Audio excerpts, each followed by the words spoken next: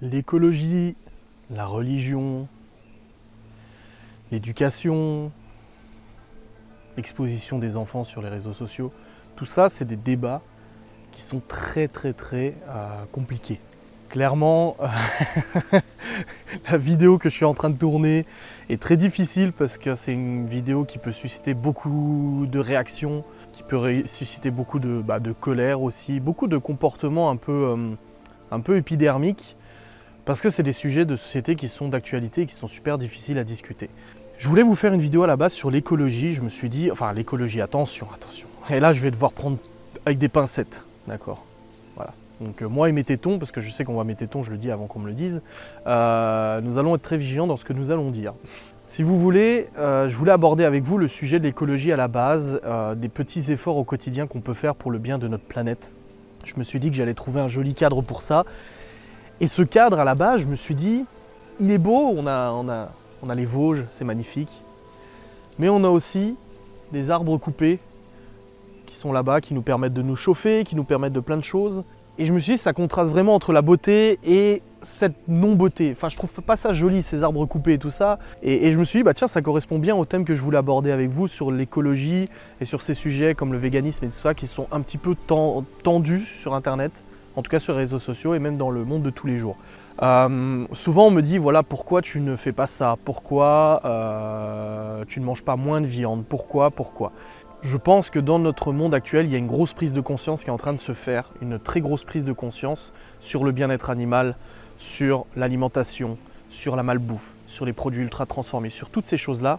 Je pense que tout le monde est en train de prendre à son échelle conscience qu'il faut changer. Comme je l'ai dit à plusieurs reprises depuis des années, je ne suis pas contre le changement. J'ai moi-même essayé d'entreprendre des changements de la vie de tous les jours qui peuvent justement aller dans le sens de l'écologie, dans le sens du bien-être animal, etc.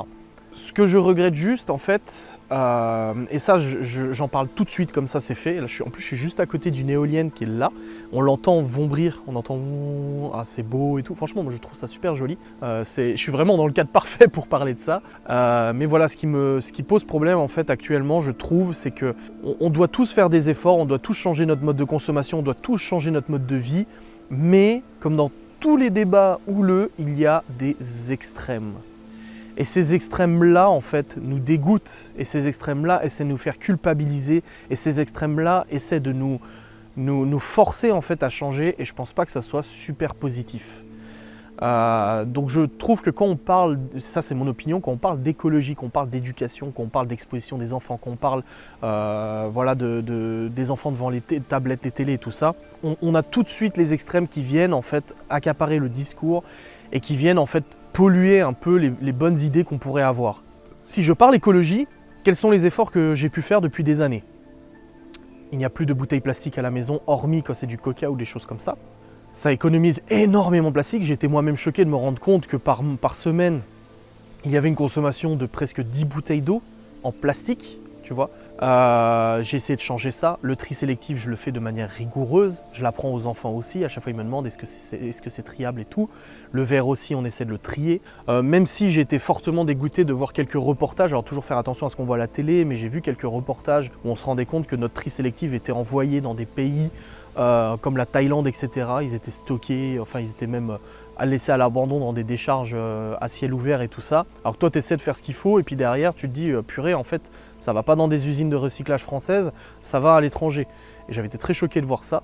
Mais d'un autre côté, c'est pas pour ça qu'on doit arrêter. Donc c'est vrai que je fais du tri à la maison, j'essaie d'acheter des choses qui sont moins polluantes, des emballages recyclables, des emballages plastiques au minimum, toutes ces choses-là, en fait, on essaie de faire des efforts au quotidien. J'essaie moi-même de faire des efforts au quotidien vis-à-vis de l'écologie. Et je trouve qu'on est en train d'avoir tous une bonne prise de conscience vis-à-vis de ça, en tout cas vis-à-vis de l'écologie. On voit de plus en plus de personnes qui font du zéro déchet, on voit de plus en plus de personnes qui cultivent eux-mêmes leurs légumes le plus possible, même en ville, avec des petites serres, des petits bacs, des choses comme ça. Je trouve ça super merveilleux, en fait, je trouve ça vachement bien. Et je pense qu'on doit tous faire un effort, un gros effort là-dessus, nous comme les industriels, parce que bon, on parle de nous au quotidien, mais les industriels aussi sont les premiers qui polluent et tout. Je pense qu'il y a des gros efforts à faire. Maintenant, c'est malheureusement trop pollué par les extrêmes Donc de toute façon, comme partout, les extrêmes qui viennent te culpabiliser, qui viennent te dire que tu ne fais jamais assez d'efforts, qui viennent te dire que ça, tu devrais le faire différemment. Tu peux venir en disant tu devrais faire un effort là-dessus. Mais en fait, il y a des façons de le dire et je trouve que malheureusement, c'est de plus en plus extrême et c'est de plus en plus virulent. Voilà, c'est un petit peu dommage parce que ça gâche peut-être un peu le discours et ça gâche un petit peu le postulat de dire qu'on doit faire attention et qu'on doit protéger notre planète et tout ça. C'est pas compliqué, moi j'essaie de faire des efforts au quotidien avec le tri, avec les bouteilles plastiques, avec ces choses-là et tout ça, avoir une carafe filtrante, tous ces trucs. Mais d'un autre côté, ça m'empêche pas d'avoir, voilà, bon, elle est en panne, mais une voiture qui pollue, comme beaucoup de voitures, qui consomment beaucoup, etc., du pétrole. On ne roule pas tous en électrique, mais en même temps, quand tu y réfléchis et quand tu regardes un petit peu plus en détail, tu te rends compte que construire une voiture électrique, c'est limite plus polluant avec les compositions des batteries que des voitures thermiques tout au long d'une vie d'une voiture thermique. En fait, on est un petit peu perdu, je pense. Je pense qu'on est soit confronté à des extrêmes qui nous dégoûtent, soit on est juste perdu. Qu'est-ce qu'il faut faire ? Qu'est-ce qu'on doit bien faire? Est-ce que ça sert à quelque chose ou autre? Je pense que ça sert à quelque chose. Vraiment, je pense vraiment que ça sert à quelque chose et qu'il faut continuer sur la lancée, mais c'est pas facile en fait. C'est pas facile de changer son mode de vie et c'est pas facile de faire les bons choix. Prendre une petite boîte pour aller remplir dans les trucs en libre service comme il y a par exemple au Cora à Saint-Dié, tu peux en libre service prendre tes pâtes. Donc tu viens avec un sachet, mais c'est dans un sachet. Tu peux pas venir avec ton tupperware, tu peux pas venir avec ton seau, tu peux pas venir avec ton truc réutilisable, tu vois. Tu es quand même obligé de prendre un sachet, donc le sachet, le plastique est là, tu vois. Alors il y a des trucs recyclables certes, mais le plastique est là. Donc qu'est-ce qu'on doit bien faire? Est-ce qu'il y a une bonne façon de faire? En fait, j'ai plein de questions comme ça que je me pose au quotidien. Je vous le dis pas forcément parce que, comme je vous ai dit, c'est des débats qui sont très difficiles à prendre en compte. C'est des débats qui sont très difficiles à être amenés. Je sais que cette vidéo va faire des émois, mais qu'est-ce qu'on peut bien faire en fait? Qu'est-ce qu'on peut faire pour que ça se passe bien? Qu'est-ce qu'on peut faire pour améliorer la planète, pour prendre soin de notre planète en gros? Des fois, on a des contraintes qui nous permettent pas. Je veux dire, tu es en déplacement et tout, tu as besoin d'acheter un sandwich. Boum, tu achètes un sandwich, il est emballé dans du plastique, etc. Tu vois? C'est assez difficile, c'est comme les masques. Moi, au début du Covid, j'avais dit à Laura, j'ai dit, moi, ce qui m'inquiète le plus, c'est l'économie et surtout la pollution. Ces masques vont amener une pollution monstrueuse, mais monstrueuse, et c'est le cas. Tu vas à Épinal, je suis allé à la zone commerciale d'Épinal je sais, l'autre jour, mais il y a des masques partout, sur les trottoirs, partout par terre. Ça amène une pollution supplémentaire, et ces gens-là sont mal élevés, tu vois. Ces gens-là, ils mériteraient peut-être justement qu'on leur tire les oreilles, tu vois. C'est un petit peu dommage. Donc l'écologie, c'est un sujet qui est très difficile pour moi à appréhender parce que je ne sais pas où faire les bons choix, je ne sais pas quoi faire correctement. Je ne sais pas si ce que je fais est bien. J'achète plus de bouteilles plastiques, mais en même temps, j'achète encore des bouteilles de coca. Je pourrais prendre une soda stream, mais en même temps, c'est pas pareil. Et puis pareil, c'est du plastique, tu vois? Ils sont où les bons choix? Et je trouve que on nous rabâche tout le temps l'écologie, mais en même temps, on ne nous donne pas forcément les bonnes clés, ou alors on nous raconte des conneries. Comme le tri sélectif où on se rend compte que c'est envoyé en Thaïlande, tu vois. Cette vidéo n'est pas du tout préparée, je vous ai pas fait de fil directeur, rien du tout. Pour moi, je vous parle juste comme ça, à cœur ouvert. Je vous parle juste de mon opinion là-dessus et ce que j'en pense. J'aimerais vraiment me dire que mon impact écologique est le plus faible possible. J'aimerais vraiment prendre les bonnes décisions au niveau des emballages, au niveau de ce que tu achètes en magasin, au niveau du vrac, tout ce que tu peux jeter en vrac et tout. Voilà, j'aimerais vraiment me dire que je fais les bons choix, mais je trouve que c'est encore un peu trop la jungle dans tout ça. C'est un petit peu trop la jungle et on a là derrière les moralisateurs, les extrêmes qui viennent te polluer le cerveau en te faisant culpabiliser, en te disant ouais mais bon t'as fait ça, tu roules en bagnole, machin, etc. Tu vois. Il y a une prise de conscience qui se fait de plus en plus, mais je suis pas sûr qu'en fait cette prise de conscience soit vraiment efficace tant qu'on aura un flou aussi important et tant qu'on aura des gens qui viendront nous faire de la moralisation à 2 balles, etc. Je sais pas, c'est assez difficile. Moi je connais des gens qui font du zéro déchet. J'ai côtoyé des personnes qui font du zéro déchet. Je trouve ça admirable, je trouve ça super, mais je sais que c'est difficilement réalisable dans la vie de tous les jours. Donc réduisons alors, n'arrêtons pas, mais réduisons le maximum. En tout cas vis-à-vis de l'écologie, c'est ce que j'essaie de faire avec les bouteilles plastiques, avec le tri et tout ça. Réduisons ce qu'on peut faire, prendre des bouteilles en verre pour remplir du coup l'eau du robinet ou des choses comme ça. Voilà, donc je pense qu'il y a plein d'axes d'amélioration qu'on peut faire tous ensemble, sans devoir en fait se taper des moralisateurs. Moi j'appelle ça les moralisateurs, c'est les gens qui eux semblent être parfaits vis-à-vis de tout ça et puis viennent te dire c'est pas bien ce que tu fais, tu vois. Donc c'est assez, je vous dis, c'est une vidéo vraiment à cœur ouvert, hein. Je parle entre vous, d'habitude je l'aurais fait peut-être devant le PC où je vous aurais parlé comme ça pendant 10 minutes, mais là j'avais envie de me mettre dans un beau cadre. voilà, comme je veux faire avec mes nouvelles vidéos. Bref, il y a cet aspect écologie. L'éolienne qui vient d'accélérer là, j'entends ça. Il y a l'aspect écologie et ensuite l'aspect alimentation. Alors, véganisme, végétarien, etc. Moi, je suis pas à l'aise avec ces domaines. Déjà parce que j'en maîtrise pas les tenants et les aboutissants. Et aussi parce que de par mon exposition sur les réseaux sociaux, j'ai subi énormément d'attaques vis-à-vis de ça. J'ai encaissé énormément d'attaques vis-à-vis de tout ce qui est véganisme et tout ça. Et je regardais une vidéo de Didier Chanduduy hier, une FAQ qu'il a fait avec Absol, je crois, où justement il expliquait qu'il était vegan, mais qu'il n'acceptait pas le comportement extrême de certains véganes, qui viennent en fait pareil te moraliser, qui viennent brûler une boucherie, qui viennent foutre le feu à un McDo, etc. En fait c'est toujours des extrêmes, c'est les minorités bruyantes en fait qui gâchent un peu le truc. Même si je pense qu'en effet il faut qu'au quotidien on fasse tous des efforts sur notre consommation. Il faut qu'on évite au maximum les produits ultra transformés, c'était bien dans les années 80, c'était bien avec l'avènement du micro-ondes, tout le monde était content. Mais je trouve qu'il y a une prise de conscience maintenant que ce qu'on bouffe en fait c'est de la merde. Ça m'empêchera pas d'aller au McDo. Une fois de temps en temps, ça ne m'empêchera pas de manger des trucs une fois de temps en temps. Je pense qu'il ne faut pas non plus tout arrêter, mais il faut essayer de faire en sorte de cuisiner le plus des aliments maison, du bio, oui encore. Le bio pareil, c'est comme l'écologie, c'est très flou parce que tu vas te dire je vais acheter du bio, je suis content, j'ai acheté bio, c'est sans pesticides et tout, alors qu'en fait les normes bio européennes ne sont pas les mêmes dans tous les pays. Ça veut dire qu'en France, tu auras une norme bio qui sera très stricte, mais si tu achètes des aliments bio qui viennent de Pologne et qui viennent d'un autre pays, les normes ne sont pas du tout les mêmes. Et donc il y aura quand même des pesticides, etc. Tu vois. Il y a plein de choses qui sont floues là-dessus, et puis en plus de ça, ça coûte plus cher. Donc pour les ménages qui sont déjà en difficulté, c'est pas facile de manger bio.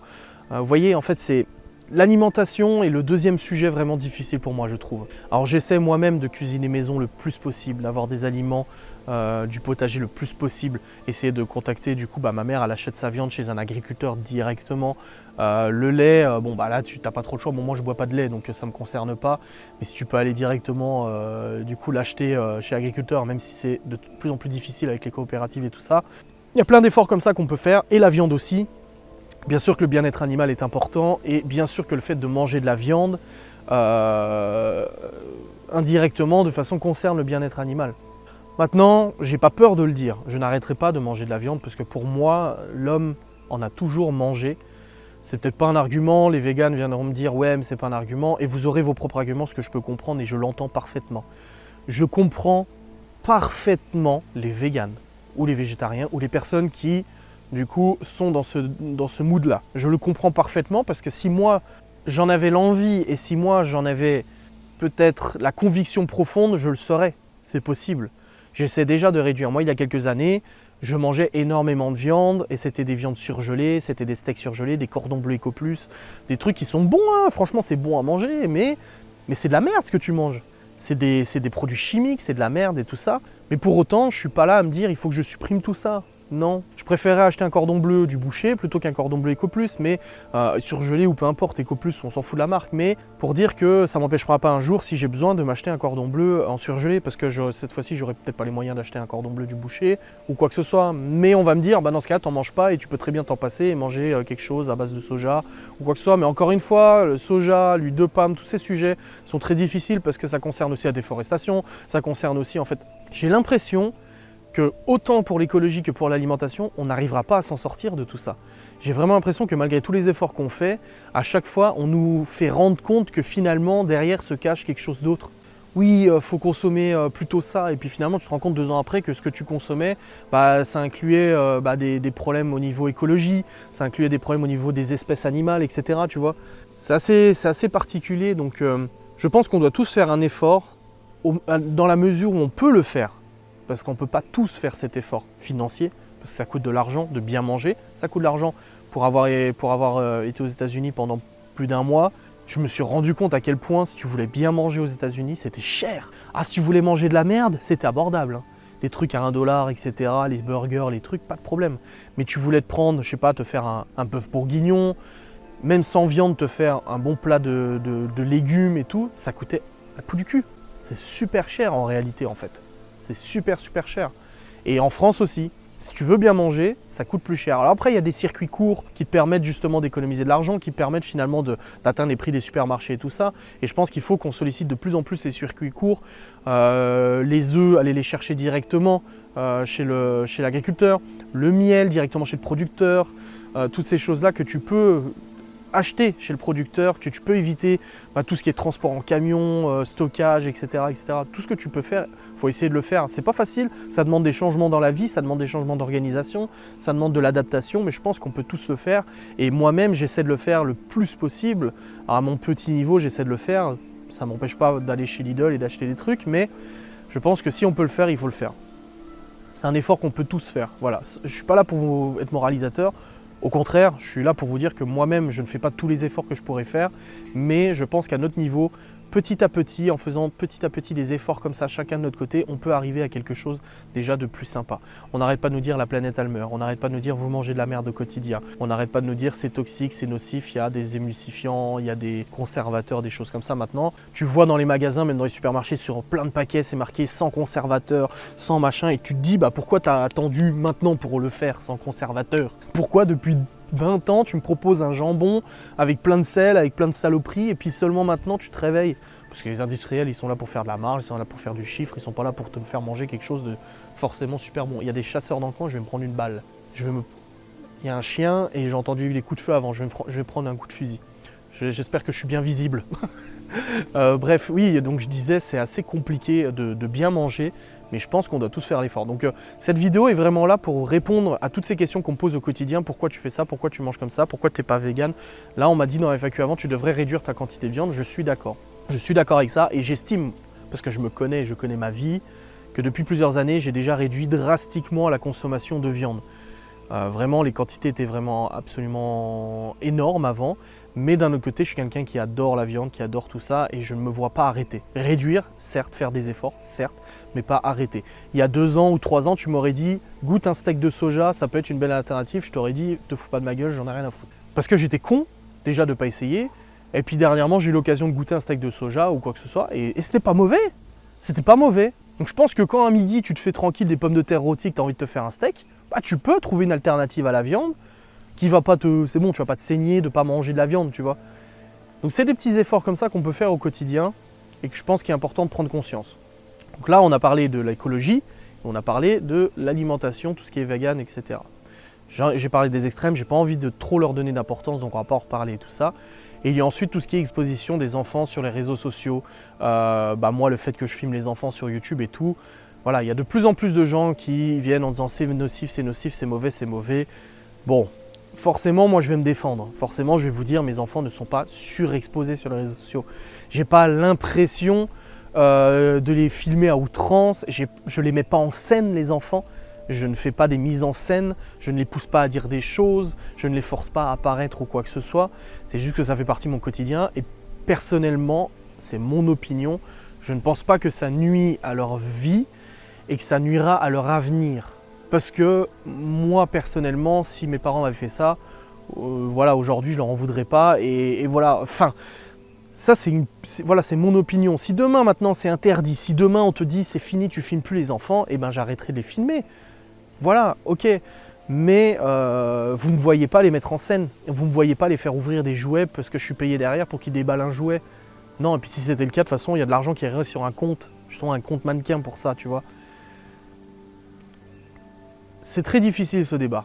Je comprends parfaitement et j'entends mes détracteurs ou les gens qui viennent dire il se fait de l'argent sur le dos de ses gosses. Je l'entends parfaitement.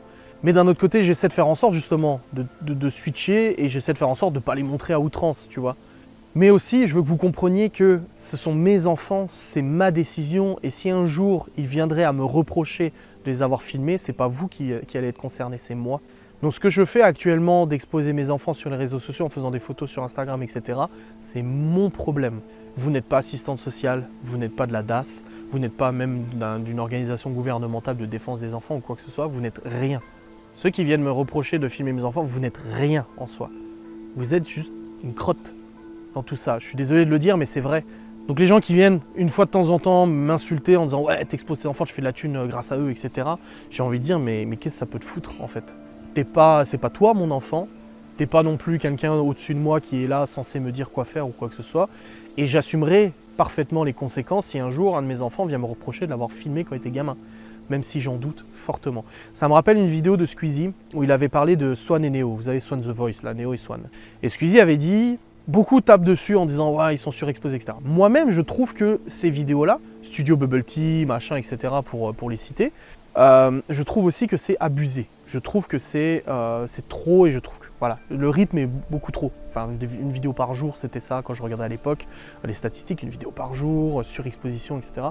Je trouvais moi-même que c'était abusé, mais bon, jamais me serait venue l'idée d'aller leur en causer un mot, quoi. En fait, ils font ce qu'ils veulent, c'est leur gosse, tu vois. Et Squeezie avait dit, je suis pas sûr... Enfin, il avait dit, moi, en tant qu'enfant, si j'avais été à la place de Neo, donc c'était le grand, je crois, il dit, mais moi, j'aurais été aussi content parce que le gamin, il a tout ce qu'il veut, tous les jouets qu'il veut. Il vit dans l'opulence, certes, mais il vit bien, il n'a pas de problème financier, ses parents n'en ont pas, etc., grâce à cette activité, etc. Il a dit, finalement, oui, je pense que le gamin, il doit en avoir marre certaines fois, mais il n'est pas malheureux, enfin, il n'a pas l'air malheureux d'être filmé. Maintenant, quand je dis ça, c'est l'opinion de Squeezie, il me semble ce qu'il avait dit. Il avait dit que lui, s'il avait été dans ces situations, il n'aurait pas été malheureux. Et je pense que c'est propre à beaucoup de gosses. Moi, je vois mes enfants qui ils sont contents d'être filmés, même c'est eux, même des fois qui me tendent la caméra en disant tu peux montrer ce que je fais à la caméra, etc. Tu vois. Et je le fais pas à tous les coups, je le fais pas forcément. Mais si un jour on doit me reprocher, ça sera mes enfants qui me le reprocheront, ça sera pas vous. Donc je verrai bien vis-à-vis de l'exposition ce qu'il y a eu, même si j'estime ne pas les surexposer, ne pas les exploiter non plus. De l'exploitation d'enfants, c'est quand même fort. Que voulez-vous que je vous dise? On a chacun des opinions différentes là-dessus et encore une fois, c'est les extrêmes, les moralisateurs, les SJW et tout ça qui vont venir essayer de te foutre en l'air et puis de te dire ouais, tu surexposes, tu exploites, etc. C'est votre opinion, mais ça ne vous concerne pas en fait. Vous n'avez même pas votre mot à dire dans l'histoire. Enfin, vous pouvez le dire si vous voulez en public, vous pouvez venir affirmer des choses sur internet et tout ça, mais venez pas me le dire à moi, à la limite, vous n'êtes pas mes gosses, moi je m'en fous, tu vois. J'assumerai, si un jour en effet un enfant vient me le reprocher, et ben, j'assumerai les conséquences, j'essaierai de lui expliquer, mais j'assumerai les conséquences. Pour l'instant ce n'est pas arrivé. Si un jour Libby grandit et me dit je veux plus être filmé, ce sera juste plus filmé. Si un jour un enfant vient de me dire ah, on s'est moqué de moi à l'école parce que, et encore, on s'est moqué de moi à l'école parce que tu fais des vidéos YouTube, ok on en parlera. Bon, après, vous savez, il y en a plein qui me disent ah t'as pas peur qu'il soit moqué à l'école, mais vous vous rendez pas compte à quel point le monde de YouTube est un fantasme pour énormément de gosses. J'ai demandé souvent à mes enfants, je dis est-ce qu'on vous parle de YouTube à l'école? Est-ce que les gens vous parlent de mon métier, etc. Ouais, ils sont trop contents, ils sont trop curieux et tout ça. Bah oui, parce qu'en fait, le monde de YouTube, des réseaux sociaux, etc., c'est la nouvelle génération. Tous les enfants, et ça je le déplore, même à 10 ans, sont sur TikTok, machin, etc. Je trouve ça abusé, tu vois. Mais ça fait partie de la nouvelle génération YouTube, etc. Les youtubeurs, ouais, je suis un tel, un tel, un tel. Donc non, je ne pense pas que le fait que je fasse des vidéos sur YouTube puisse pénaliser les enfants à l'école dans la mesure où, dans la majorité des cas, les enfants fantasment de ce monde de YouTube. Et au contraire, moi-même, quand j'ai des gamins qui viennent me parler, des amis, des enfants d'amis, par exemple les enfants d'Alain, des fois ils viennent me parler, ils me disent ah, t'es youtubeur, j'aimerais trop l'être et tout ça, et je leur dis attention, YouTube c'est pas ce que tu penses. C'est pas aussi beau que ce que tu penses, c'est beaucoup de travail, c'est aussi beaucoup de difficultés, c'est aussi beaucoup de belles choses aussi, ça c'est sûr que de créer ce que tu veux, c'est super. Moi je pose ma caméra, je suis avec un beau fond des Vosges, je dis ce que je veux à la caméra, je serai payé pour ça, si la vidéo n'est pas démonétisée. Mais je serai payé pour ça. Et ça c'est beau, c'est vachement beau de pouvoir donner son opinion et d'être payé pour ça, tu te rends compte? Mais derrière il y a aussi des mauvais côtés.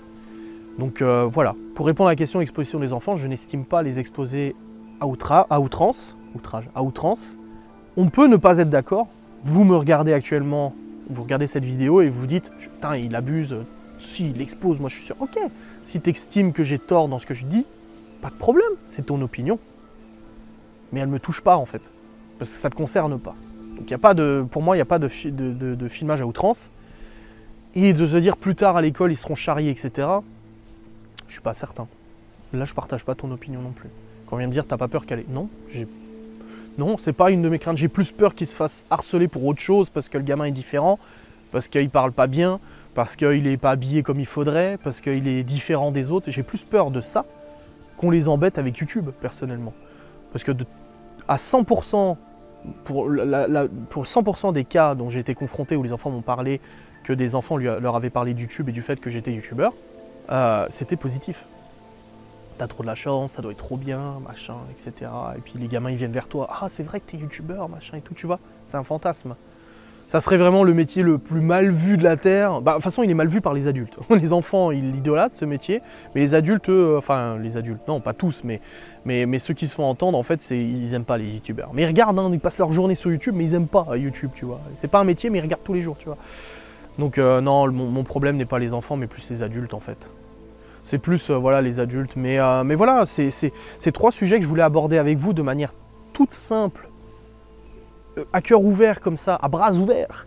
Je voulais vous en parler de manière toute simple et vous dire que l'idée directrice de tout ça, c'est qu'on est dans le flou, pour que ce soit pour l'écologie, pour le véganisme et pour l'exposition des enfants. On est dans le flou. On ne sait pas ce qui va se passer, on ne sait pas comment ça se passe et on ne sait pas qui a raison, on ne sait pas ce qui est bien de faire ou pas faire. Et les extrêmes sont néfastes. Il n'y a pas pire quand tu veux diffuser une idéologie, une pensée, positive ou négative, il n'y a pas pire que les extrêmes. Parce que les extrêmes, c'est ceux qui vont pourrir en fait l'idée principale. C'est ceux qui vont par leur agressivité, leur hargne, leur négativité, qui vont en fait juste ternir le discours. C'est pour ça que des fois on vient me dire un commentaire en me disant oui ça, et je dis mais j'ai pas envie d'en discuter parce que j'ai été trop confronté aux extrêmes et ça m'intéresse plus d'en discuter. Je préfère fermer la porte parce que de votre côté en fait il y a beaucoup trop d'extrêmes. Oui, mais on n'est pas tous comme ça. Ouais, mais malheureusement, il y en a beaucoup trop et ça ne m'intéresse pas. Donc si j'ai envie de faire des efforts au niveau de l'alimentation, ça sera pour moi et ça ne sera pas pour devenir vegan ou quoi que ce soit. Ça sera pour moi, pour le bien-être animal et je prendrai en considération des éléments que j'aurais trouvés sur Internet ou que j'aurais entendus, etc. Mais sûrement pas pour les extrêmes. Vous vous rendez pas compte que d'être extrême n'apporte rien en fait. À forcer les gens, vous n'apportez rien du tout au final. Au contraire, vous dégoûtez les gens. Pareil pour l'écologie. J'essaie de dire, voilà, je n'utilise plus de bouteilles plastiques pour la flotte, j'utilise une carafe d'eau filtrante. Ouais, mais bon, ce qu'il y a dans les filtres, c'est pas terrible, machin, etc. J'essaie de faire des efforts. Pourquoi tu essaies de me dégoûter? J'essaie de faire des efforts. Je fais du tri sélectif, je trie le plastique, le verre, machin, etc. Ouais, mais du coup, tu pourrais, machin. Oui, mais non, me dégoûte pas, en fait, j'essaie de faire des efforts. Je pense que tous ensemble, on peut y arriver. Je pense que tous ensemble, sans devoir s'imposer les idées, etc., on peut se donner des bonnes idées. On peut, voilà, moi je suis ouvert à ça. Des fois, on me donne une idée, je dis ah, c'est pas bête, tu vois. Ah ouais, c'est pas con. C'est pas con. Vodka, on a fait une vidéo l'autre jour là-dessus. Il a dit oui, voilà, vous pouvez réduire votre consommation d'électricité en mettant les applications en mode nuit. Vous pouvez mettre un mitigeur sur le robinet pour que ça consomme beaucoup moins d'eau. Tout plein de choses comme ça, tu vois. Ouais, je suis d'accord avec vous là-dessus. Je suis parfaitement d'accord avec vous. J'ai eu l'occasion de faire un petit potager à la maison, je l'ai fait, ça nous a permis d'avoir plein de tomates, il y en a encore à récolter et ça nous évite de les acheter en supermarché et tout ça. Consommer des fruits et des légumes de saison et non pas hors saison parce que finalement l'acheminement pollue, etc., machin, plus pesticides et tout. Je l'entends, même si c'est pas toujours facile de consommer de saison parce que on a acquis du confort alimentaire qui est difficile en fait d'enlever. On a acquis la consommation rapide, fast-food, machin, etc. Et c'est très difficile dans le commun des mortels de se dire bah, demain je vais retourner en arrière et je vais me compliquer la vie en fait. Tu vois. Et je pense qu'il y a un effort à faire de tous les côtés. Déjà, rendre ça moins compliqué. Et le problème de l'écologie, du véganisme, etc., c'est qu'on a l'impression, et c'est qu'une impression, je pense, que c'est compliqué d'y adhérer. L'impression que c'est très compliqué, qu'on ne sait pas trop où donner de la tête et tout, mais je pense qu'on peut faire des petits efforts petit à petit pour arriver à cette idée, tu vois. On peut progressivement faire des petits efforts pour finalement adhérer à tout ça. Je ne vais pas devenir vegan, pas pour l'instant en tout cas, peut-être que dans 5 ans je vais changer d'avis. Regarde, je vous dis, il y a quelques années, j'aurais pas remplacé un steak du boucher par un steak de soja. Et ben maintenant j'en suis capable. Voilà, on change au fur et à mesure des années. Peut-être que dans 2-3 ans, je vous ferai une facecam où je dirai « Merde, je regrette d'avoir filmé les enfants. J'aurais dû vous écouter. » C'est possible. Il n'y a que les cons qui ne changent pas d'avis. Mais pour l'instant, aujourd'hui, en 2020, c'est pas mon opinion. Et respectez-la, respectez le fait que je n'ai pas la même opinion que vous, respectez le fait que je fasse des petits efforts d'écologie, mais qui ne sont pas à votre goût parce qu'ils ne sont peut-être pas assez poussés. Voilà. Je crois que le plus gros exemple que j'ai eu, c'est les voitures électriques. Et je peux me tromper, attention, ce que je dis n'est pas la vérité, je ne dis pas que j'ai raison, je ne dis pas que mon discours est le meilleur. Mais quand j'ai regardé un reportage où il parlait des voitures électriques et tout ça, et qu'on se rend compte qu'au final, la production des batteries de voitures électriques était extrêmement polluant, incluait de l'exploitation minière d'enfants, etc., que c'était finalement la face cachée des voitures électriques est beaucoup plus noire que les voitures thermiques, comme il y a à côté de moi avec la Twingo, je me suis dit, alors tout le monde vante les mérites de l'électrique, et finalement, en fait, ça pollue presque tout autant, mais d'une autre manière. Et en plus de ça, ça exploite des gamins, etc., tu vois. C'est quoi qu'il faut faire? On doit faire quoi en fait? Comment on doit réagir? Comment on doit vivre? Je ne sais pas. Bref, c'est assez compliqué tout ça. J'espère que cette vidéo vous aura plu. Encore une fois, c'est juste une vidéo où on discute entre nous, où j'ouvre peut-être des pistes de réflexion. J'attends vos commentaires, j'attends vraiment tous vos commentaires. Dites-moi ce que vous en pensez, si vous aussi vous faites des efforts au quotidien, si vous aussi vous avez des opinions clivantes, si vous aussi vous estimez qu'on doit changer ou ne pas changer. Peut-être vous avez des opinions totalement différentes. Vous allez peut-être me dire, non, pour moi on doit rester sur ce mode de consommation parce qu'on est fait pour ça. Ok, je l'entends, pas de problème. Mais j'aimerais beaucoup avoir votre avis. L'idée de ces vidéos, c'est vraiment de pouvoir discuter entre nous, de débattre et tout ça dans le respect le plus total. Je vous remercie d'avoir regardé cette vidéo, j'espère vraiment qu'elle vous a plu. N'hésitez pas à vous abonner, à liker, à commenter, tout ce qui va avec. Si vous appréciez mon contenu, ça fait plaisir et ça soutient. Salut!